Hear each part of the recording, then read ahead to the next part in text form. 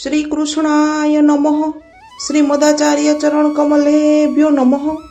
જય શ્રી કૃષ્ણ વૈષ્ણવો, સ્વાગત છે તમારું કેટી કોમરેડ ચેનલમાં.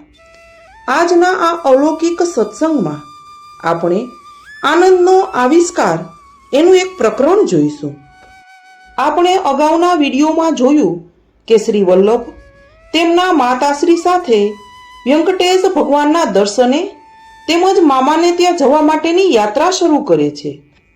હવે આગળ જોઈએ. શ્રી વલ્લભ વિનંતીપૂર્વક કહે છે, કાકાજી, માતૃચરણ અને આપની આજ્ઞાથી ભારત પરિક્રમા કરવા હું પ્રસ્થાન કરું છું. ત્યારે મારા મનમાં એક મનોરથ જાગે છે. આપણા સમગ્ર કુટુંબ ઉપર શ્રી હરિની પૂર્ણ કૃપા છે. આપણે ત્યાં અનેક ભગવત સ્વરૂપો બિરાજે છે. મારા ચિત્તની આસક્તિ થાય તેવું ભગવત સ્વરૂપ મને પધરાવી આપો, તો હું યાત્રા દરમિયાન તેમની સેવા આનંદથી કરી શકું. શ્રી વલ્લભની આ વિનંતીથી શ્રી જનાર્દન ભટ્ટજી ખૂબ જ પ્રસન્ન થયા અને કહ્યું, વત્સ, દેવ મંદિરમાં પધારો અને આપને જેમના દર્શનથી પ્રસન્નતા થાય છે તે સ્વરૂપો અવશ્ય પધરાવી જાઓ. કાકા જનાર્દન ભટ્ટજી સાથે શ્રી વલ્લભ દેવ મંદિરમાં પધાર્યા. ત્યાં વડીલોપાર્જિત શ્રી મદન મોહન લાલજીનું સ્વરૂપ બિરાજતું હતું. આ જ સ્વરૂપ શ્રી યજ્ઞ નારાયણ ભટ્ટને અગ્નિવેદીમાંથી પ્રાપ્ત થયું હતું. તેમની બાજુમાં શ્રી મુકુંદ લાલજી બિરાજતા હતા. આ સ્વરૂપ આપણા પૂર્વ પુરુષ શ્રી ગોવિંદાચાર્યજીનું સેવેલું હતું. તેમની સાથે બાલકૃષ્ણજી બિરાજતા હતા. પોતાના પિતૃચરણ શ્રી લક્ષ્મણ ભટ્ટજીને તેમના ગુરુ પ્રેમાકર મુનિ પાસેથી પ્રાપ્ત થયેલ તે સ્વરૂપ હતું. કાકા જનાર્દન ભટ્ટજીએ ત્યાં બિરાજતા શાલિગ્રામ શિલાને પોતાના હાથમાં લઈ શ્રી વલ્લભને દર્શન કરાવતા કહ્યું, વત્સ, આ શાલિગ્રામજી જગતના આદિકાળ જેટલા પ્રાચીન છે. જગત કરતા બ્રહ્માજીએ તેમનું પૂજન કર્યું છે. ભગવાન નંદનંદને નંદાલયમાં નંદરાયજીની સેવામાં બિરાજતા આ શાલિગ્રામજીને પોતાના મુખમાં મૂકી પોતાના અધરામૃતથી સેવ્યા છે. ત્યાં બાજુમાં જ શ્રીમદ ભાગવતજી બિરાજતા હતા. તેમના તરફ દ્રષ્ટિ કરતા કહ્યું, આ શ્રીમદ ભાગવતજીનું પુસ્તક આપણા પૂર્વ પુરુષ શ્રી ગંગાધર ભટ્ટજીનું છે. આપણે ત્યાં આટલા સ્વરૂપો બિરાજે છે. આપને જે સ્વરૂપોની ઈચ્છા હોય તે અવશ્ય પધરાવી જાઓ. પ્રવાસની અનુકૂળતા અને ભગવદ સ્વરૂપના સુખનો વિચાર કરીને શ્રી વલ્લભે શ્રી મુકુંદરાયજી સ્વરૂપ શ્રી શાલિગ્રામજી અને શ્રીમદ ભાગવત પધરાવી લીધા. તેમના કાકા જનાર્દન ભટ્ટે ખૂબ પ્રસન્નતાથી તેમને આશીર્વાદ આપ્યા. યાત્રા માટેની સર્વ તૈયારીઓ આરંભાઈ. લક્ષ્મણ ભટ્ટજીના કેટલાક શિષ્યો શ્રી વલ્લભના દર્શન માટે ત્યાં આવ્યા હતા. તેમાંના કેતુ, કમંડલુ અને લકુટાલૌકી વિરક્ત હતા. તેમણે હાથ જોડીને શ્રી વલ્લભને વિનંતી કરી, મહારાજ, આપ આજ્ઞા કરો તો અમે પણ આપની સાથે યાત્રા પ્રવાસમાં જોડાઈએ. અમારે ગૃહ જીવનની કોઈ ફિકર નથી. આપની સેવા કરવાનો અમને લાભ આપો. શ્રી વલ્લભે પ્રસન્નતાથી સહમતિ આપી. શ્રી લક્ષ્મણ ભટ્ટજીના બીજા પણ કેટલાક સેવકો ગુજરાત અને ગોળ દેશથી કાશી આવીને વસેલા. તેમણે પણ યાત્રા પ્રવાસમાં જોડાવાની આજ્ઞા માંગી. યાત્રામાંનો કાર્યભાર શ્રી વલ્લભે બહુ જ દક્ષતાપૂર્વક જુદા જુદા સેવકોને વહેંચી આપ્યો. પોતાના ફોઈના દીકરા શંભુ ભટ્ટ હતા. તેમને રસોઈ સિદ્ધ કરવાની જવાબદારી સોંપી. શ્રી લક્ષ્મણ ભટ્ટજીના ખૂબ જ વિદ્વાન શિષ્યો સ્વભુ અને સ્વયંભૂને પ્રવાસ દરમિયાન મળનારા વિદ્વાનો સાથે શાસ્ત્ર ચર્ચા કરવાની જવાબદારી સોંપી. કેતુ, કમંડલુ, લકુટાલૌકી વગેરેને રક્ષણ મુકામની વ્યવસ્થા વગેરે જવાબદારીઓ સોંપી. સામાન ઉચકવા માટે જનાર્દન ભટ્ટજીએ ઘોડા અને કાવડોની વ્યવસ્થા કરી. શુભ દિવસે શુભ મુહૂર્ત જોઈ કાકા જનાર્દનજી, વડીલ ભાઈ રામકૃષ્ણ વગેરે કુટુંબીજનોની આજ્ઞા લઈ શ્રી વલ્લભ પોતાના માતૃશ્રી સાથે બંને બહેનોને યાત્રા પ્રવાસે વિદાય થયા. શ્રી વલ્લભે તાંબાની નાની મંજુસામાં શ્રી મુકુંદરાયજી અને શ્રી શાલિગ્રામજીને પધરાવી તે મંજુસા પોતાના મસ્તક ઉપર ધારણ કરી લીધી. દામોદરદાસ હરસાણીજીને શ્રીમદ ભાગવતજીના પોથીજી સોંપ્યા, જે તેઓએ તેમના મસ્તક ઉપર ધારણ કરી લીધા. આમ શ્રી વલ્લભે ભારત યાત્રાનો પ્રારંભ કર્યો. યાત્રા દરમિયાન આપશ્રીનો નિત્યક્રમ ખૂબ જ સંયમિત અને ભગવત નિગ્રહપૂર્વકનો હતો. દરરોજ વહેલી સવારે બ્રહ્મ મુહૂર્તમાં આપશ્રી જાગી દેહકૃત્ય વગેરે કરી પાસેના જલાશયમાં સ્નાન કરી તિલક ચરણોદક લઈ ભગવત સેવા માટે તૈયાર થતા. શ્રી મુકુંદરાયજીને મંગળ ભોગમાં મિશ્રી, ગાયનું ઘી, ઋતુ અનુસારના ફળો, સતુવાની સામગ્રી ભોગ ધરતા. ત્યારબાદ આપ શ્રી પ્રાતઃ સંધ્યા કરતા. સંધ્યા વંદન કરી વેદ મંત્રોચ્ચાર વિધિપૂર્વક શ્રી શાલિગ્રામજીનું પૂજન કરતા. પછી મંગળ ભોગ સરાવી શ્રી ઠાકોરજીને સ્નાન શૃંગાર કરાવતા. તે દરમિયાન તેમના માતૃચરણ રસોઈની સામગ્રી સિદ્ધ કરતા. સિદ્ધ થયેલી સામગ્રીની 3 પાતળો તૈયાર કરી એક પાતળ શ્રી મુકુંદરાયજીને, બીજી શાલિગ્રામજીને અને ત્રીજી શ્રી ભાગવતજીને ભોગ ધરતા. આપ શ્રી તે દરમિયાન જપ, પાઠ અને મધ્યાહન સંધ્યા કરતા. રાજભોગ સરાવી શ્રી ઠાકોરજીની આરતી કરી આપ શ્રી ભોજન કરતા. આમ ભોજન બાદ આપ આગળ પ્રયાણ કરતા. સાંજે બીજા ગામ કે સ્થળે મુકામ કરી સ્નાનાદિ કરી સાય સંધ્યા કરતા અને રાત્રે સૌ શિષ્યોની સન્મુખ શ્રીમદ ભાગવતની કથા કરતા. આ આપ શ્રીનો પ્રવાસ દરમિયાનનો નિત્યક્રમ બની રહ્યો હતો. આ સમય દરમિયાન આપ શ્રીની ખ્યાતિ સાંભળી જે વિદ્વાનો અને ધર્મચારીઓ તેમની પાસે આવતા તેમની સાથે આપ અને આપના શિષ્યો શાસ્ત્ર ચર્ચા પણ કરતા હતા. પોતાના વતનથી નીકળ્યા પછી શ્રી વલ્લભ આગળ વધતા વધતા કૃષ્ણ નદીના કિનારે પધાર્યા. નદી તટ પર રમણીય સ્થાન જોઈ આપે ત્યાં મુકામ કર્યો. આપ શ્રીને પધારેલા જાણી એક વિદ્વાન પંડિત આપની પાસે આવ્યા. તેમનું નામ હતું પુષ્પદંતાચાર્ય. આપ શ્રીએ વિદ્વાનોચિત તેમનો સત્કાર કર્યો. શાસ્ત્ર ચર્ચા કરતા પુષ્પદંતાચાર્ય પ્રશ્ન કર્યો, મહારાજ, શાસ્ત્રોમાં શ્રી ગણપતિને વિઘ્નહર્તા કહ્યા છે અને તેથી સર્વ શુભ કાર્યોના આરંભમાં ગણપતિ પૂજન આવશ્યક માનવામાં આવ્યું છે. આપ આ વાત સ્વીકારો છો? જો સ્વીકારતા હો તો આપ ગણપતિ પૂજન કેમ કરતા નથી? શ્રી વલ્લભે સસ્મિતે એમની શંકાનો જવાબ આપ્યો. તમારા પહેલા પ્રશ્નનો ઉત્તર નામાં છે.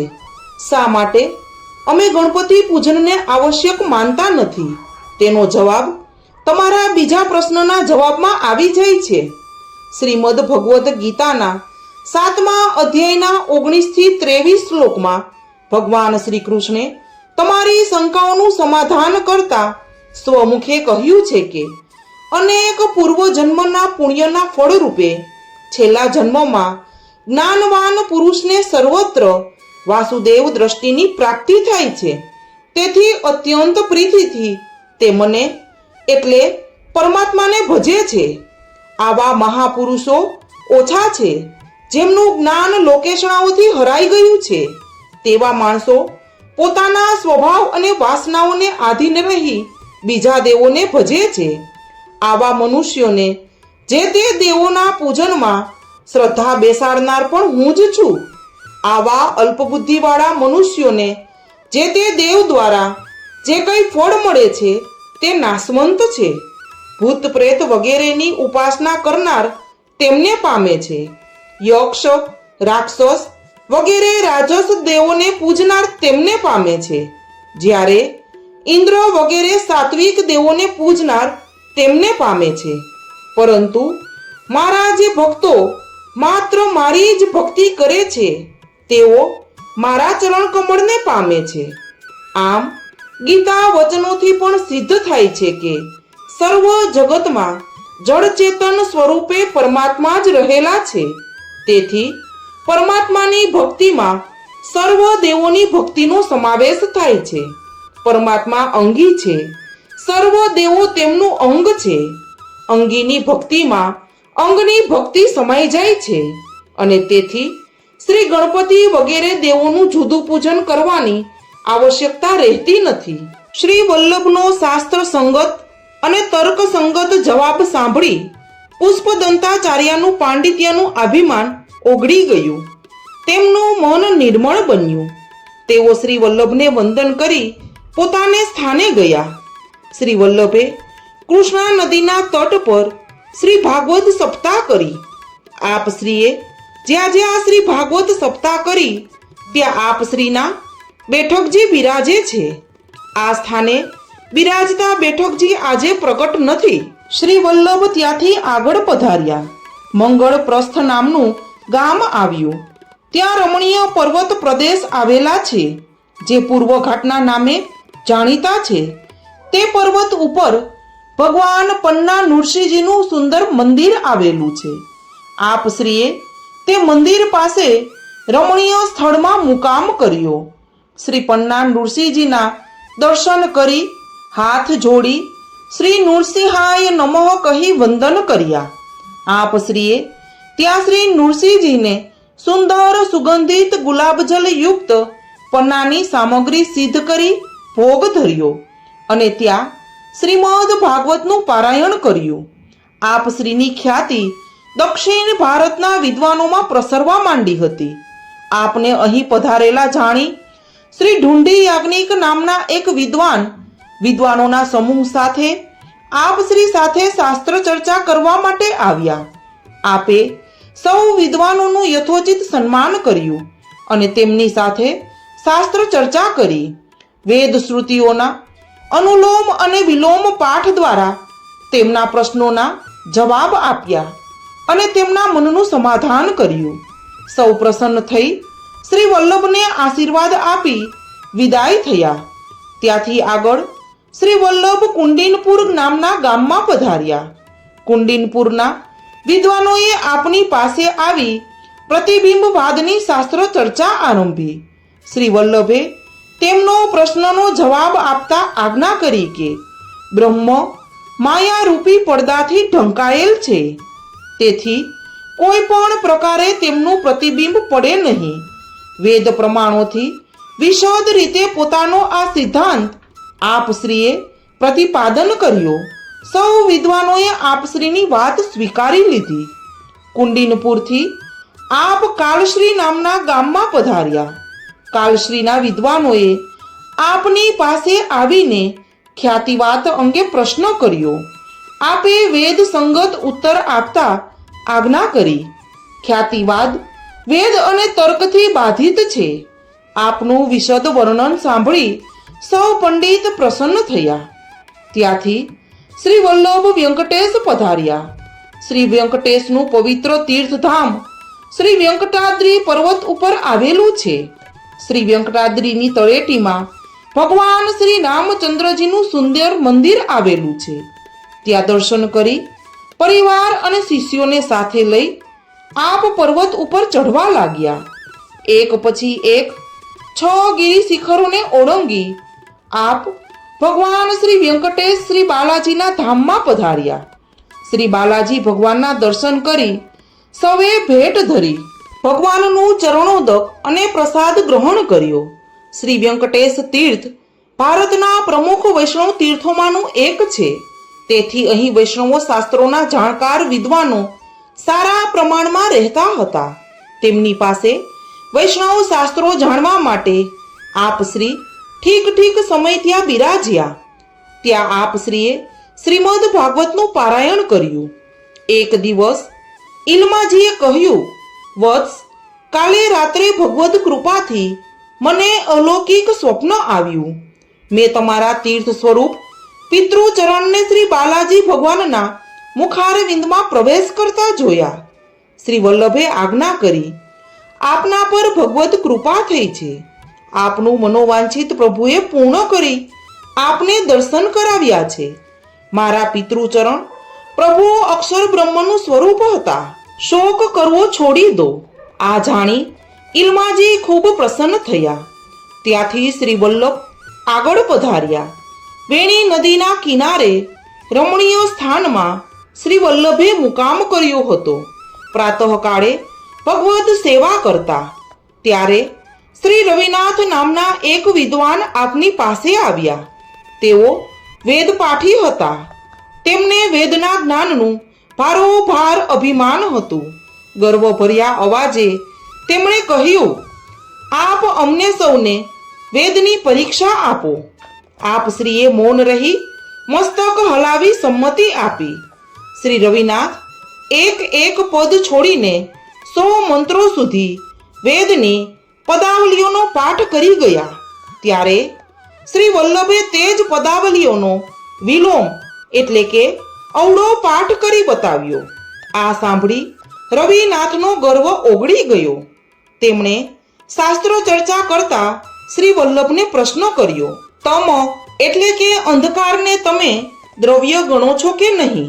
શ્રી વલ્લભે આજ્ઞા કરી, અંધકાર એ કોઈ વિશિષ્ટ પદાર્થ નથી.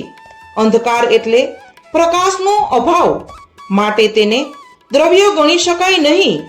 આ સાંભળી રવિનાથે હાથ જોડી વિનંતી કરી, મહારાજ, બાળ સરસ્વતી તરીકે આપની ખ્યાતિ સાંભળેલી, તેનો આજે પ્રત્યક્ષ પરિચય થતા મને ખૂબ જ આનંદ થયો. રવિનાથ તેમને વંદન કરી પોતાના મુકામે ગયા. વેણી નદી ઓળંગી શ્રી વલ્લભ સત્વરે વિદ્યાનગરની દિશામાં પધાર્યા.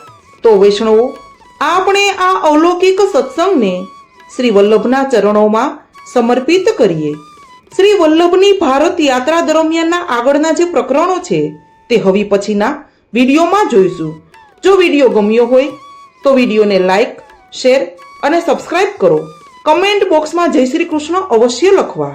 સર્વે વૈષ્ણવોને મારા જય શ્રી કૃષ્ણ.